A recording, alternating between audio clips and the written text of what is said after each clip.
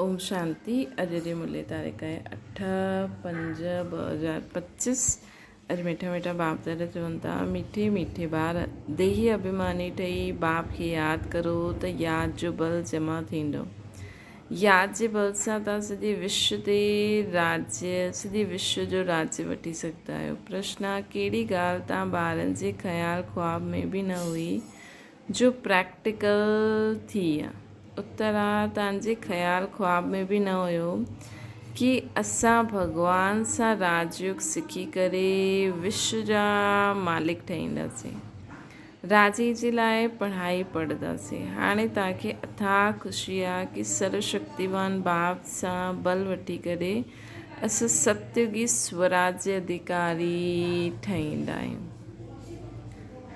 ओम शांति। हिते ॿार वेहींदा आहिनि, हिते बच्चियूं वेहींदियूं आहिनि प्रैक्टिस जे लाइ।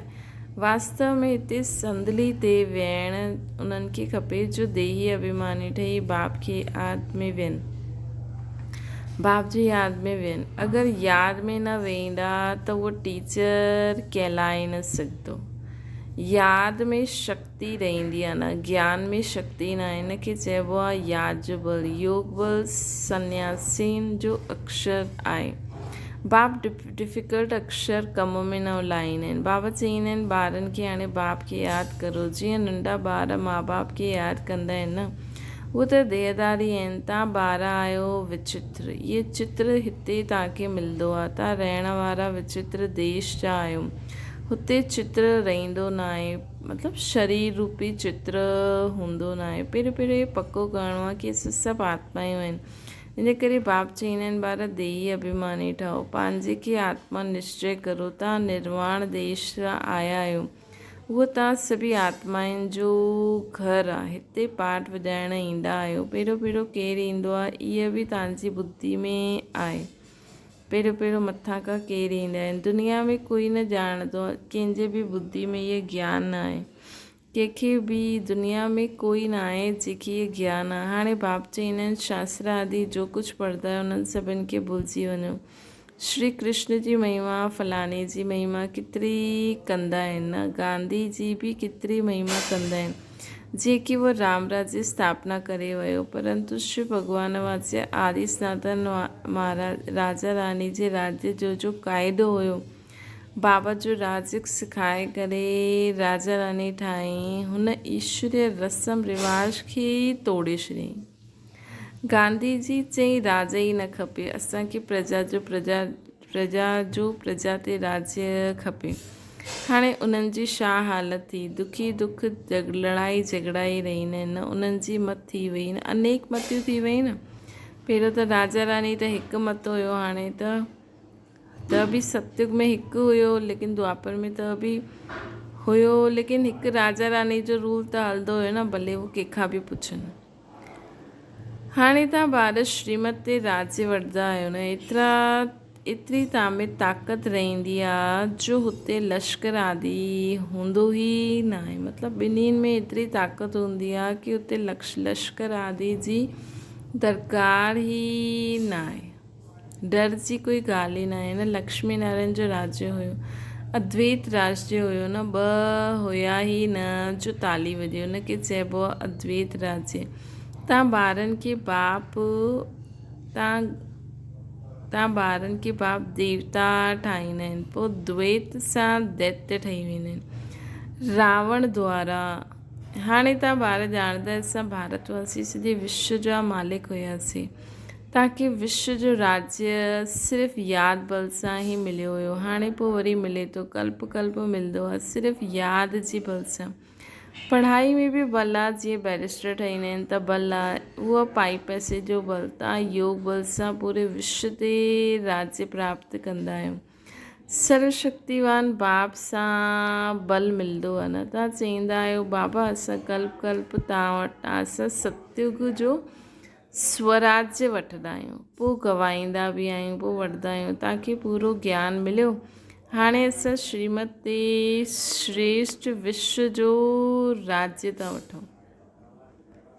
हाणे असां श्रीमत ते श्रेष्ठ विश्व जो राज्य था वठूं, विश्व भी श्रेष्ठ ठही वेंदी न। ये रचता ऐं रचना जो ज्ञान तव्हांखे हाणे आहे। मतिलबु आत्मा त थी वेंदी, लेकिन ये पंज तत्व पूरी दुनिया ई श्रेष्ठ थी वेंदी न।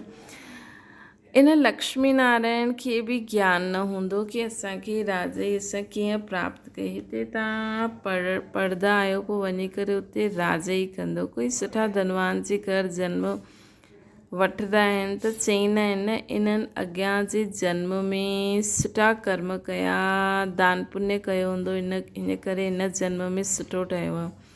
जहिड़ो कर्म अहिड़ो जन्म मिलंदो आहे। हाणे त इहो आहे ई रावण जो राज्य। हिते त जो बि कर्म कंदा आहिनि उहो विक्रम ई थींदो रहंदो आहे। सीढ़ी उतरणी आहे न। सभिनि खां वॾे ते वॾो ऊच देवी देवता धर्म वारनि खे बि सीढ़ी उतरणी आहे। मतिलबु फर्स्ट लक्ष्मी नारायण की सीढ़ी उतरणी आहे त असांखे बि उतरणी आहे न। सतो रजो तमो में अचिणो आहे। हर हिकु चीज़ नई खां पुराणी थींदी आहे। त हाणे तव्हां ॿारनि खे अथाह ख़ुशी हुजणी खपे। हाणे तव्हां ॿारनि खे अथाह ख़ुशी हुजणी खपे। तव्हांजे ख़्यालु ख़्वाब संकल्प में बि न हुयो कि असां विश्व जा मालिक ठहींदासीं। भारतवासी ॼाणंदा आहिनि हिन लक्ष्मी नारायण जो सॼे विश्व ते राज्य हुयो। पूज्य हुया सो पोइ पुजारी ठहिया। ये लक्ष्मी नारायण गायल बि आहे न, आपे ई पूज्य आपे ई पुजारी। हाणे तव्हांजी बुद्धि में इहो हुजणो खपे। इहो नाटक त ॾाढो वंडरफुल आहे। कीअं असां 84 जन्म वठंदा आहियूं, उन्हनि खे कोई ॼाणंदो ई न आहे। शास्त्रनि में 84 लख जन्म वरिता हुया, ईअं लिखी छॾियो अथनि। 84 लख जन्म लॻाए छॾिया अथनि। बाबा चईंदा आहिनि इहे सभु भक्ति मार्ग जा गपोड़ा आहिनि। रावण राज्य आहे न, राम राज्य रावण राज्य कीअं थी सघंदो आहे? इहा तव्हां ॿारनि राम राज्य ऐं रावण राज्य कीअं हूंदो आहे, इहे तव्हां ॿारनि जे सवाइ ॿिए कंहिंजी बुद्धि में न आहे। रावण खे हर वर्ष जलाईंदा आहिनि त असांजो दुश्मन आहे न। 5 विकार मनुष्य जा दुश्मन आहिनि। रावण कहिड़ा छो जलाईंदा आहिनि इहे बि कोई न ॼाणंदो। तव्हां पंहिंजे खे संगम युगी सम्झो। उन्हनि जी श्रीमत उन्हनि जी स्मृति में रहंदो आहे। तव्हां पंहिंजे खे संगम युगी सम्झंदा आहियो। जो पाण खे संगम युगी सम्झंदा आहिनि, उन्हनि जी स्मृति में रहंदो आहे कि हाणे असां पुरुषोत्तम ठहूं था। भॻवानु असांखे राजयोग सिखलाए करे नर सां नारायण, भ्रष्टाचारी सां श्रेष्ठाचारी ठाहिनि था। भॻवानु अची करे असांखे राजयोग सिखाए करे नर सां श्री नारायण ठाहिनि था। भ्रष्टाचारी खां श्रेष्ठाचारी ठाहिनि था। तव्हां ॿार ॼाणंदा असांखे ऊच ते ऊच निराकार भॻवानु पढ़ाईंदा आहिनि। केतिरो अथाह ख़ुशी हुजणी खपे। स्कूल में स्टूडेंट जी बुद्धि में रहंदो आहे असां स्टूडेंट आहियूं। उहो त कॉमन टीचर पढ़ाइण वारो आहे न। हिते त तव्हांखे भॻवानु पढ़ाईंदा आहिनि। जॾहिं पढ़ाई में एॾो ऊच पद मिलंदो आहे त केतिरो सुठी रीति पढ़णो खपे, है न। जॾहिं पढ़ाई में एॾो ऊच पद मिलंदो आहे त केतिरो न सुठी रीति पढ़णो खपे। ॾाढो ईज़ी आहे। सिर्फ़ु सवेरे उथी अधु पौणो घंटो पढ़णो आहे। सॼे ॾींहुं ॾंदे आदि में यादि भुलिजी वेंदी आहे। इन करे हिते सवेरे अची करे यादि में वेंदा आहियो। चइबो आहे न बाबा खे, चइबो आहे हिते सवेरे अची करे यादि में रहंदा आहिनि। चईंदा आहिनि, चइबो आहे बाबा खे ॾाढो प्रेम सां यादि करो। बाबा असां तव्हां खां पढ़ण आया आहियूं। बाबा तव्हां असांखे पढ़ाइण आहियो। असांखे पतो आहे कि तव्हां 5000 वर्ष पोइ अची करे असांखे पढ़ाईंदा आहियो। बाबा वटि ॿार ईंदा आहिनि त बाबा पुछंदा आहिनि अॻियां कॾहिं मिलिया आहियो।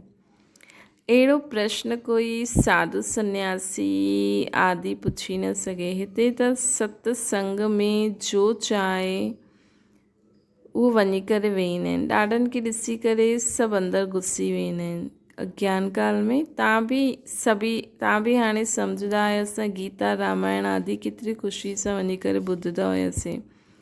सम्झंदा त कुझु बि न हुयासीं। उहे सभु भक्ति मार्ग जी ख़ुशियूं आहिनि। ॾाढो ख़ुशी सां नचंदा रहंदा आहिनि, परंतु हेठि उतरंदा आहिनि। क़िस्म क़िस्म जा हठ योग आदि चईंदा आहिनि। तंदुरुस्ती जे लाइ ई सभु कंदा आहिनि। त बाबा सम्झाईंदा आहिनि इहे सभु भक्ति मार्ग जी रस्म रिवाज आहे।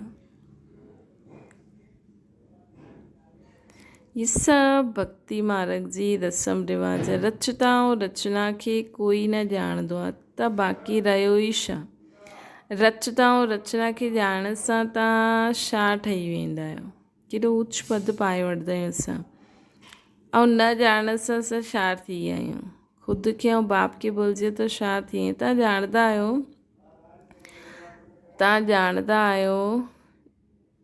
तव्हां ॼाणण सां सॉल्वेंट ठही वेंदा आहियो। जॾहिं असां ॼाणे वठंदा आहियूं त सॉल्वेंट ठही वेंदा आहियूं। न ॼाणण सां इनसॉल्वेंट ठही वेंदा आहियूं। गपोड़ा मारदा रहंदा आहिनि। छा दुनिया में थींदो रहंदो आहे। केतिरा पैसा सोना आदि लूटदा आहिनि। हाणे तव्हां ॿार ॼाणंदा आहियो हुते असां सोने जे महलनि में रहंदासीं, उहो ठाहींदासीं। बैरिस्टर आदि पढ़ंदा आहिनि त अंदरि में रहंदो आहे, असां इहे इम्तिहान पास करे इहे ठाहींदासीं, पोइ घरु ठाहींदासीं, है न। इहे सभु यादि रहंदो। हाणे असांखे बि यादि रहे की हाणे असांजी पढ़ाई पूरी थी वेंदी, पोइ असां मथे वेंदासीं, पोइ पंहिंजे राज्य में ईंदासीं। तव्हांखे छो न बुद्धि में ईंदो आहे की असां स्वर्ग जा प्रिंसेस ठहिण लाइ पढ़ूं था। तव्हांखे बि बुद्धि में अचिणो खपे न। ख़ुशी केतिरी रहणी खपे, परंतु ॿाहिरि वञण सां ख़ुशी गुम थी वेंदी आहे। नंढा नंढा ॿार हिन ज्ञान में लॻी वेंदा आहिनि। संबंधी कुझु बि न सम्झाइनि, चई ॾींदा आहिनि इहे जादू आहे। चईंदा असां पढ़ण न ॾींदासीं, पोइ चईंदा असां पढ़ण न ॾींदासीं। इन हालात में जेसिताईं सगीर थिए त माता पिता खे चइणो पए असां वठी न सघंदा आहियूं। मतिलबु बाबा न वठी सघंदा आहिनि। छो जी 18 साल खां पहिरियों कीअं खिटफिट करूं। ॾाढी खिटफिट थी वेंदी आहे। शुरू में केतिरी खिटफिट थी। ॿार चवनि असां 18 वर्ष जी आहियूं, बाप चए न 16 वर्ष जी आहियो, सगीर आहियो, झगड़ो करे पोइ पकड़े करे वठी वेंदा हुआ। सगीर माना ई बाप जे हुकुम ते हलणो। बालिका पोइ जो चाहे सो करो। क़ाइदा बि आहिनि न। बाबा चईंदा आहिनि तव्हां जॾहिं बाप वटि ईंदा आहियो त क़ाइदा आहिनि। पंहिंजे लौकिक बाप जो सर्टिफिकेट वठी करे अचो। पोइ मैनर्स बि ॾिसबा आहिनि न। मैनर्स ठीकु हूंदा त वापसि वञिणो पवंदो। मैनर्स ठीकु न हूंदा त वापसि वञिणो पवंदो। खेल में बि ईअं हूंदो आहे न। ठीकु न खेॾंदा आहिनि त उनखे चईंदा आहिनि ॿाहिरि वञो। हाणे हिन में कई ॿार चईंदा आहिनि की हिते त मैनर्स सिखाइण जी पढ़ाई पढ़ाईंदा आहिनि, पोइ तव्हां वापसि छो था मोकिलो। पर जंहिंखे सिखण जी इच्छा बि हुजे न, कोई सिखण जी इच्छा ई न आहे त फालतू में उते चईंदा तव्हां पंहिंजे योग बल से प्रयोग करे हिनखे चेंज करो, पंहिंजे वश करो। पंहिंजे वश करे छॾंदा आहियूं त चईंदा आहिनि पंहिंजे वश करे छॾियो अथनि, है न। त ॾिसो ॿई ॻाल्हियूं थींदियूं आहिनि। इन करे बाबा ॾाढो ॾिसी करे सभिनि खे वठंदा आहिनि। खेल में बि ईअं थींदो आहे। ठीकु न खेॾंदा आहिनि त उन्हनि खे चईंदा आहिनि ॿाहिरि वञो। आबरू इज़त गवाईंदा आहिनि न। हाणे तव्हां ॿार ॼाणंदा असां युद्ध जे मैदान में आहियूं। कल्प बाबा अची करे असांखे माया ते जीत पाराईंदा आहिनि। मूल ॻाल्हि आहे ई पावन ठहिण जी। पावन ठहिया आहिनि मूल ॻाल्हि आहे ई पावन ठहिण जी। पते ते ठहिया आहिनि विकास सां। बाबा चईंदा आहिनि इहे काम मां शत्रु आहे। इहे आदि मध्य अंत दुख ॾींदो आहे। इहे आदि मध्य अंत दुख ॾींदो आहे। जो ब्राह्मण ठहींदा उहे पोइ देवी देवता धर्म में ईंदा। ब्राह्मणनि में बि नंबरवार हूंदा आहिनि। ब्राह्मणनि में बि नंबरवार हूंदा आहिनि। क्षमा ते परवाना ईंदा आहिनि। कोई त जली मरी वेंदा आहिनि, मरी वेंदा आहिनि, कोई फेरी लॻाए करे हली वेंदो आहे, कोई त जली मरी वेंदा आहिनि, कोई फेरी लॻाए करे हली वेंदो आहे। हिते बि आया आहिनि, कोई त हिकदमि फिदा थींदा आहिनि, कोई ॿुधी करे पोइ हली वेंदा आहिनि। अॻियां त ब्लड सां बि लिखी करे ॾींदा हुया, बाबा असां तव्हांजा आहियूं, पोइ बि माया हराए ॾींदी आहे। एतिरी माया जी युद्ध हलंदी आहे, इनखे युद्ध स्थल चइबो आहे। इहे बि तव्हां सम्झंदा आहियो, परम पिता परमात्मा ब्रह्मा द्वारा सभी वेद शास्त्रनि जो सार सम्झाईंदा आहिनि। बाबा चित्र त ढेर ठाहे छॾिया अथनि न। नारद जो बि मिसाल हिन समय जो आहे। सभु चईंदा आहिनि असां लक्ष्मी अवतार नारायण ठहींदासीं, है न। त बाबा चवनि था कि हाणे मां तव्हांखे सभु वेदनि शास्त्रनि जो सार ॿुधायां थो। नारद जो मिसाल आहे हिन समय जो। सभु चईंदा आहिनि असां लक्ष्मी अथवा नारायण ठहूं न दुनिया में। बाप चईंदा आहिनि पंहिंजे अंदरि त ॾिसो असां लाइक़ु आहियूं, असां में कोई विकार त न आहे न। नारद भगत त सभु आहिनि। हिकु मिसाल लिखियो आहे, भक्ति मार्ग वारा चईंदा आहिनि असां श्री लक्ष्मी खे वरे सघंदा आहियूं। बाप चईंदा आहिनि कि न, जॾहिं ज्ञान ॿुधो तॾहिं सदगति खे पाए सघो। मां पतित पावन ई सभिनि जी सदगति करण वारो आहे। हाणे तव्हां सम्झंदा आहियो बाबा असांखे रावण राज्य सां लिबरेट करनि था न।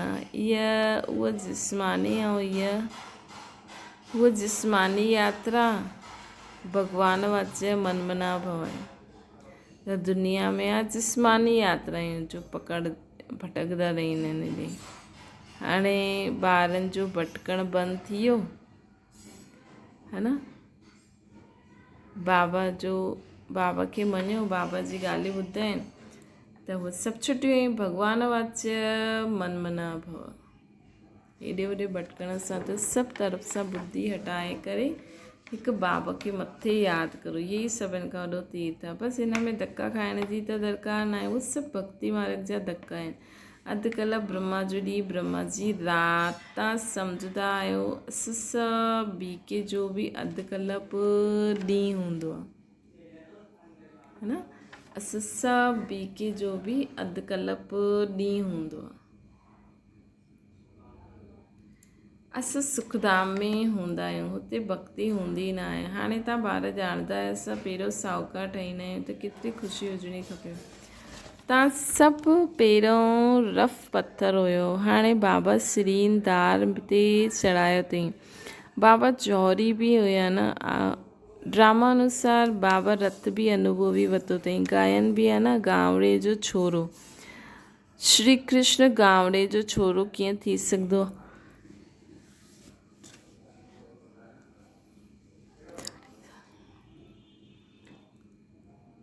गांवड़े जो छोरो कीअं थी सघंदो आहे? गांव जो छोरो श्याम ठहिरियो। हाणे सुंदर ठहिण आया आहिनि। बाप ज्ञान जी सिराइनि ते चढ़ाईंदा आहिनि दार।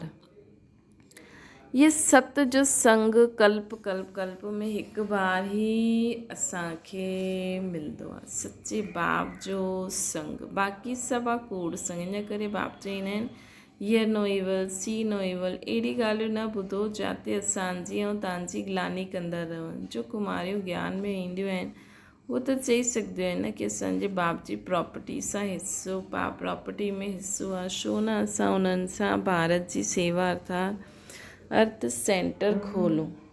कन्यादान त ॾियणो ई आहे न। कन्यादान त ॾियणो ई आहे।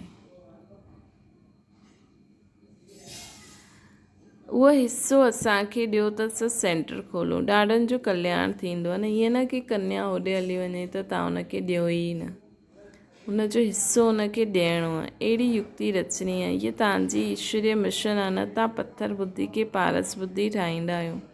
जो असांजे धर्म जा हूंदा उहे ईंदा वेंदा। हिकु ई घर में देवी देवता धर्म जा फूल निकिरंदा बाक़ी न ईंदा। महिनत लॻंदी आहे न, बाबा सभी आत्माउनि खे पावन ठाहे करे वठी हलंदा, सभिनि खे पावन ठाहे करे त वठी हलंदा, लेकिन सभिनि खे स्वर्ग जो वरसो न ॾेई सघंदा आहिनि, छो जी वरसो त उहो ई वठंदो जो कंदो, है न। बाक़ी बाबा खे त सभिनि खे पावन ठाहे करे वठी हलिणो आहे, त पावन ठाहिण जी त बाबा चईंदा न, मारो चाहे कुझु बि थिए, बाबा न मारदा, धर्मराज द्वारा मार पिटंदी, लेकिन पावन ठाहे करे सभिनि खे बाबा वठी हलंदा। इन करे बाबा सम्झाईंदा हुया, बाबा सम्झायो हुई, संगम जे चित्र ते वठी हलो, संगम जे चित्र ते वठी हलो। हिन तरफ़ आहे कलयुग, हुन तरफ़ आहे सतयुग। सतयुग में आहे देवता, कलयुग में आहिनि असुर। हिन खे चइबो आहे, इन जे विच जे समय खे चइबो आहे पुरुषोत्तम संगम युग। बाप ही पुरुषोत्तम ठाहींदा, जो पढ़ंदा उहो सतयुग में ईंदा, बाक़ी सभु मुक्ति धाम में हली वेंदा, पोइ पंहिंजे पंहिंजे समय ते ईंदा। इहे गोले जो चित्र ॾाढो सुठो आहे। ॿारनि खे सर्विस जो शौक़ु हुजिणो खपे। असां अहिड़ी सर्विस करे ग़रीबनि जो उद्धार करे उन्हनि खे स्वर्ग जो मालिक ठाहियूं, त सर्विस जो शौक़ु रखो। हाणे त ॾिसो इंडिया पाकिस्तान जी लड़ाई बि थिए थी, तव्हां चई सघंदा आहियो कि ॾिसो हाणे हिन लड़ाई खां पोइ स्वर्ग जो गेट खोलंदो, उन स्वर्ग जे गेट में हलण लाइ जेके टिकट खपे उहो अची करे बाबा जो ज्ञान ॿुधे। अच्छा, मीठी मीठी सिकी लॾे ॿारनि प्रति माता पिता बाप दादा जो यादि प्यार ऐं गुड मॉर्निंग। रूहानी बाप जी सभिनि रूहानियुनि ॿारनि खे नमस्ते। असांजी बि रूहानी माता पिता बाप दादा खे यादि प्यार गुड मॉर्निंग ऐं नमस्ते। ताना जे लाइ मुख्य सार, पंहिंजे पाण खे ॾिसणो, असां श्री लक्ष्मी श्री नारायण समान ठही सघंदा आहियूं। असां में कोई विकार त न आहे, फेरी लॻाइण वारा परवाना आहियो या फ़िदा थियण वारा, अहिड़ा मैनर्स त न आहिनि जो बाप जी इज़त हली वञे। ॿियो आहे अथाह ख़ुशी में रहण लाइ सवेरे सवेरे प्रेम सां बाप खे यादि करिणो आहे ऐं पढ़ाई पढ़णी आहे। भगवान असांखे पढ़ाए करे पुरुषोत्तम ठाहिनि था। असां संगम युगी आहियूं, इन नशे में रहणो आहे। वरदान सर्व गुणनि जे अनुभव द्वारा बाप खे प्रत्यक्ष करण वारा अनुभवी मूर्त ठहो। जो बाप जे गुण ॻाईंदा आहिनि उन्हनि सर्व गुणनि जे अनुभवी ठहो। जीअं बाबा आनंद सागर आहे त उन आनंद जी सागर जी लहरुनि में लहराईंदा रहो। जो बि संपर्क में अचे उन्हनि खे आनंद प्रेम सुख सभु गुणनि जी अनुभूति करायो। ईअं सर्व गुणनि जे अनुभवी मूर्त ठहो त तव्हां द्वारा बाप जी सूरत प्रत्यक्ष थी वेंदी।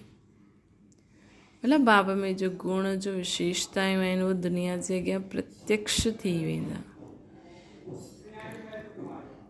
छो जी तव्हां महान आत्माऊं ई परमात्मा खे पंहिंजे अनुभवी मूर्त सां प्रत्यक्ष करे सघंदा आहियो। तव्हां महान आत्मा पंहिंजे अनुभवी मूर्त सां बाबा खे प्रत्यक्ष करे सघंदा आहियो।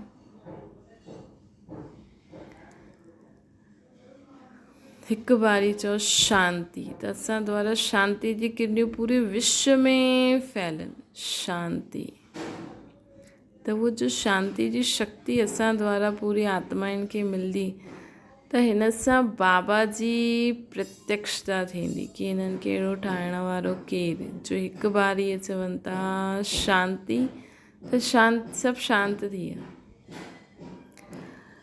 स्लोगन आहे कारण के निवारण में परिवर्तन कर, अशुभ ॻाल्हि खे बि शुभ करे उठाइणो आहे। कारण के निवारण में बदिली परिवर्तन करे अशुभ ॻाल्हि खे बि शुभ करे उठाइणो आहे। अव्यक्त इशारो रूहानी रॉयल्टी ऐं प्योरिटी जी पर्सनैलिटी धारण करो। ब्रह्मण जी लाइफ, ब्रह्मणनि जी लाइफ जीवन जो जीअदान पवित्रता आहे। आदि अनादि स्वरूप ही असांजो प्योरिटी आहे।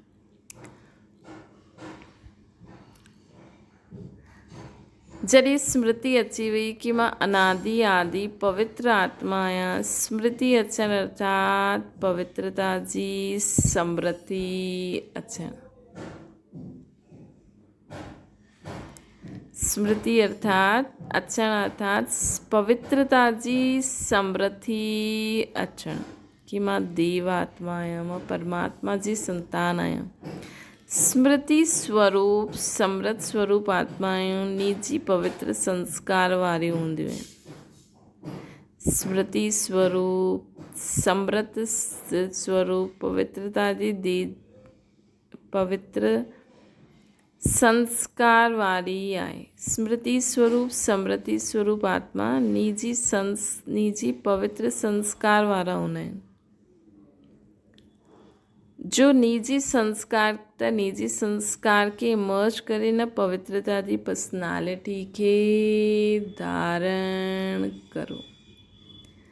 अच्छा, ओम शांति। बाबा की याद करो।